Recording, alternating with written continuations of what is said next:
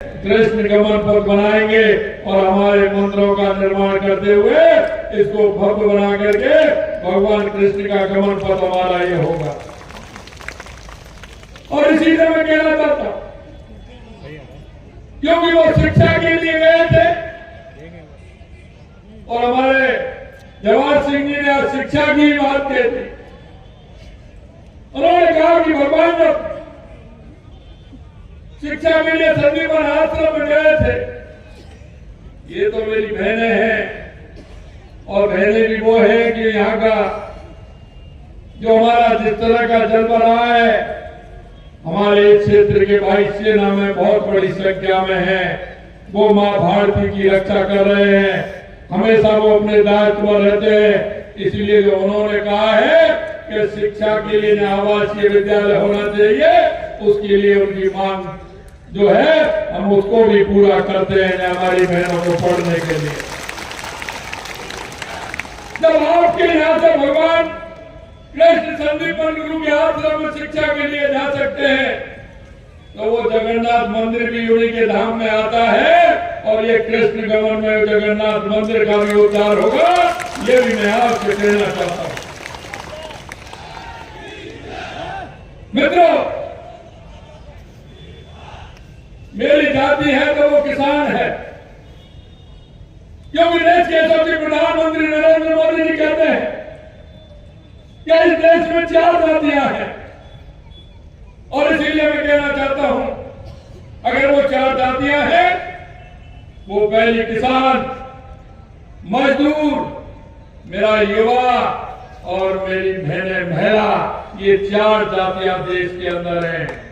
अगर इन 4 जातियों का उत्थान होगा तो मेरे गांव का उत्थान होगा, मेरी तहसील का उत्थान होगा, मेरे जिले का उत्थान होगा, मेरे प्रदेश का उत्थान होगा, मेरे देश का उत्थान होगा। आपने जैसा कहा, मैं वही आपको बताना चाहता हूं मेरे भाई और बहनों, कि जब हम 1 साल पहले सरकार में आए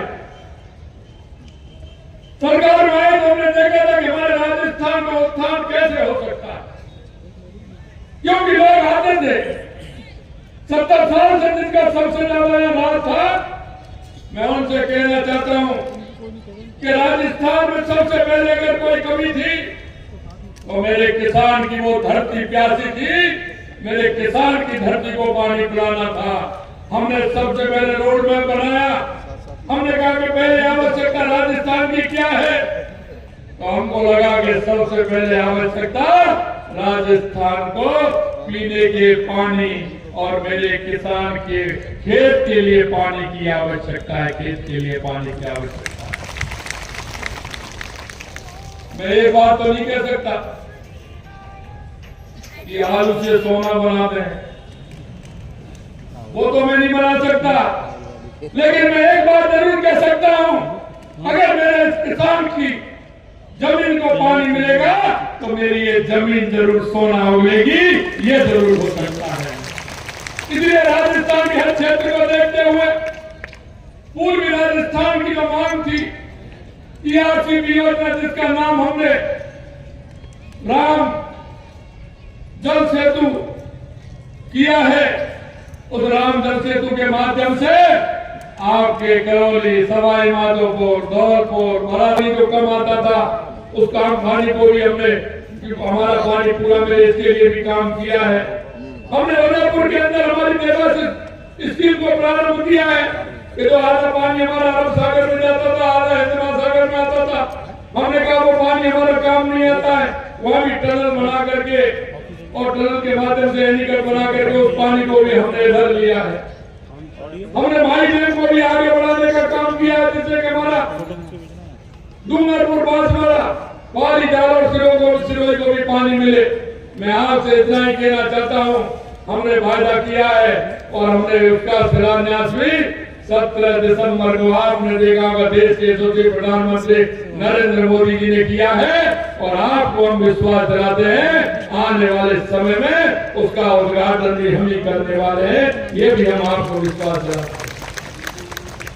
दूसरी बात हमारी थी कि हमें दूसरी और क्या आवश्यकता है, हमने देखा दूसरा हमारा बिजली के क्षेत्र में हमारा किसान परेशान रहता है, वो रात को जाता है ठंड में, रात में किसान की स्थिति कैसी होती है मैं आपको बताना चाहता हूँ। सबसे पहले पूरे राजस्थान के किसानों के लिए हमने कहा कि हम 2027 तक हमारे किसान को दिन में बिजली देंगे और हमारा किसान दिन में 8 बजे जाएगा और शाम को 5 बजे 6 बजे बंद करके आराम से घर आएगा, बीवी बच्चों के साथ समाचार भी सुनेगा, नाटक भी देखेगा, फिल्म भी देखेगा, आराम से खाना खाएगा। ये हमने कहा है और हम आपको विश्वास दिलाते हैं पूरे राजस्थान के अंदर 2027 तक हम दिन में बिजली देने का काम करेंगे। हमारे उपभोक्ता को पूरी बिजली मिलेगी, हमारे उद्योग वाले को पूरी बिजली मिलेगी। मैं आपसे इतना कहना चाहता हूँ कि आपको जो हमने वादे किए हैं हम एक एक वादे को पूरा करेंगे। हमारा तीसरा काम था हमारा, हमने देखा पिछली सरकार में आपने देखा होगा आए दिन पेपर लीक होते थे, आज दिन किस तरह की स्थिति होती थी। हमारे जो किसान है वो किसान अपने बच्चे को किस तरह से पढ़ाता है, उसकी जब फीस बढ़ती है तो वो किस तरह से जाता है। अरे मेरे भाइयों मैं जानता हूँ वो गरीबी बहुत बुरी होती है, जब मेरे किसान की मजदूर की गरीबी होती है वो बहुत बुरी होती है।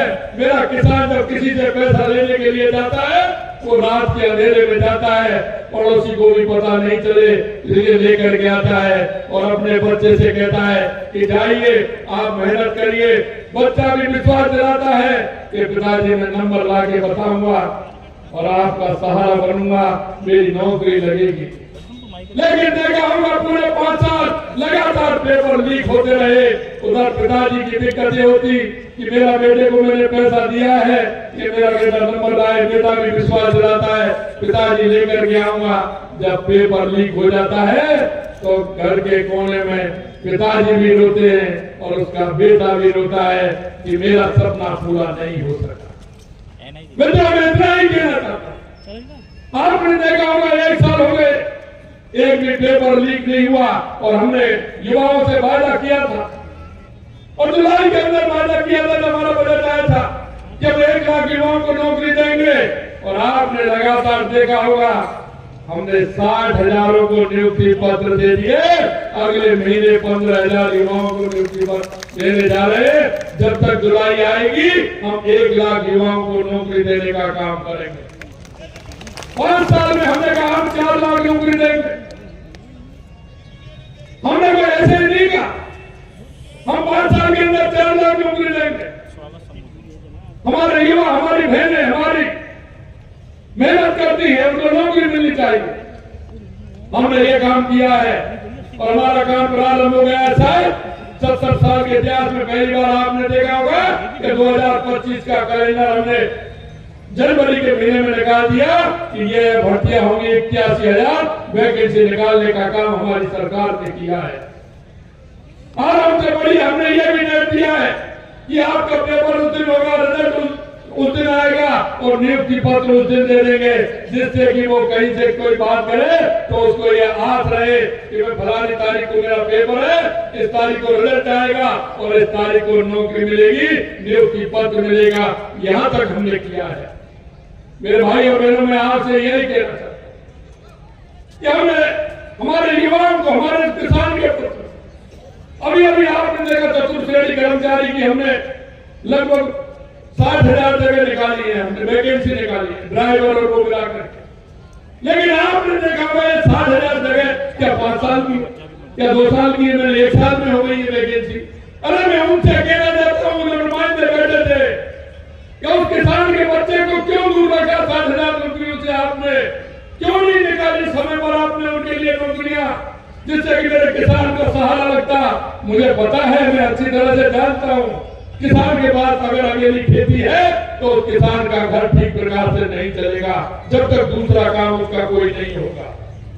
हमारा युवा पिता का सहारा बनना चाहता है, किसान का सहारा बनना चाहता है, लेकिन किसी ने ध्यान नहीं दिया। मैं आपको कहना चाहता हूं, आपको लगेगा कि किस तरह से इन लोगों ने किसान के बेटों के साथ धोखा दिया है। हमने 60,000 जगह निकाल करके और हमने कहा कि इसका नियम भी बनाया और हमने कहा इसको पेपर लीजिए और इस किसान के बच्चे को 60,000 नौकरी दीजिए, वो भी हम देने वाले, ये भी हम बताना चाहते हैं।